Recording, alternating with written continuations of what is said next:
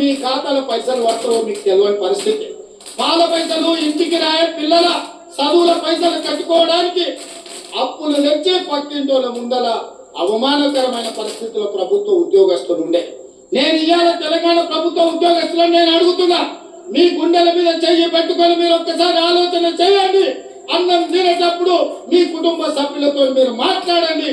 మా ప్రభుత్వం వచ్చిన తర్వాత ప్రతి నెల మొదటి తారీఖు నాడు మీకు పడితే మీరు కాంగ్రెస్ పార్టీకి మద్దతు ఇవ్వండి. ఒకవేళ మీ ఖాతాలలో మేము జీతాలు వేయకపోతే మీరు మాకు ఓటు వేయవలసిన అవసరం లేదు. మీరు ఎవరికో చెప్పాల్సిన పని లేదు. మీరు ఎవరికి జవాబు ఇవ్వాల్సిన అవసరం లేదు. మీ ఆత్మను మీరే ప్రశ్నించుకోండి, మీరు ఆలోచన చెయ్యండి అని నేను ప్రభుత్వ ఉద్యోగస్తులకు, ఈ 4 జిల్లాలో ఉన్న వాళ్ళకి నేను విజ్ఞప్తి చేస్తున్నా. ప్రతి నెల మీ శ్రమ, మీ కష్టం మొదటి తారీఖు నాడు మీకు జీత భత్యాలు ఇవ్వాల్సిన బాధ్యత ప్రభుత్వాన్ని.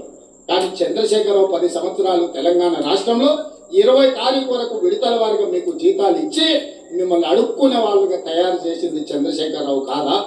ఇవాళ మీ ఆత్మగౌరవం నిలబెట్టడానికి మీ జీత భత్యాలు మొదటి తారీఖు నాడు, ప్రభుత్వ ఉద్యోగస్తులకు వచ్చే పెన్షన్లు 10 తారీఖు లోపల ప్రతి నెల క్రమము తప్పకుండా మీ ఖాతాలలో మేము వేస్తున్నాం కదా. మీరు ఆలోచన చేసి విజ్ఞతతోని ఈ పట్టభద్రుల ఎన్నికల్లో మీరు ఓటు వేయండి అని చెప్పి నేను వాళ్ళని అడుగుతున్నా. ఇవాళ నేను అడుగుతున్నా, ఐటీఐలు ఒకనాడు 1956లో పెట్టిన ఐటీఐలు ఈ రోజు అక్కడ శిక్షణ తీసుకొని బయటకు వస్తే సర్టిఫికెట్ తో బయటకు వస్తున్నారు. వాటికి శిక్షణ లేదు, సమాజంలో వాటికి విలువ లేదు. అక్కడ డీజిల్ మెకానిక్ అని అంబాసిడర్ కారులో రిపేర్ చేపిస్తే బయటకు వస్తే బెంజ్ కారు ఉంది. అంబాసిడర్ కారులో పని నేర్చుకొని వచ్చి బెంజ్ కార్ రిపేర్ ఎట్టకేం చేస్తాడు.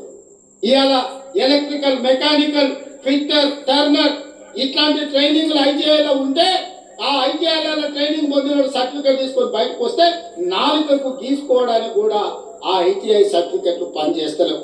అందుకే పెద్దలు శ్రీధర్ బాబు గారు, నేను టాటా కంపెనీతో మాట్లాడి, రతన్ టాటా కుమారుడు చంద్రశేఖర్తో మాట్లాడి ఈ 65 ఐటీఐలు తెలంగాణ రాష్ట్రంలో ఉన్న వాటిని అడ్వాన్స్డ్ టెక్నాలజీ సెంటర్లుగా 2400 కోట్ల రూపాయలు ఖర్చు పెడితే 2100 కోట్ల రూపాయలు టాటా సంస్థ పెట్టుబడి పెట్టి ఈ ఐటీఐలను అప్గ్రేడ్ చేసి అడ్వాన్స్డ్ టెక్నాలజీ సెంటర్లుగా మార్చి వేలాది మంది నిరుద్యోగులకు క్రమశిక్షణ ఇచ్చి వాళ్లకు టాటా కంపెనీ ఉద్యోగాలకు తీసుకుంటామని చెప్పి ఒప్పందం చేసి ఇలా ఐటీఐలను అప్గ్రేడ్ చేసి ఏటీసీలుగా మార్చినాం.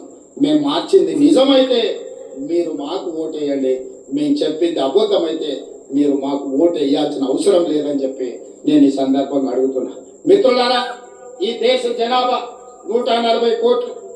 మొన్న జరిగిన ఒలింపిక్స్ లో మీరు చూసారు, 140 కోట్ల జనాభా ఉన్న ప్రపంచంలోనే అత్యధిక జనాభా ఉన్న దేశంగా గుర్తింపు పొంది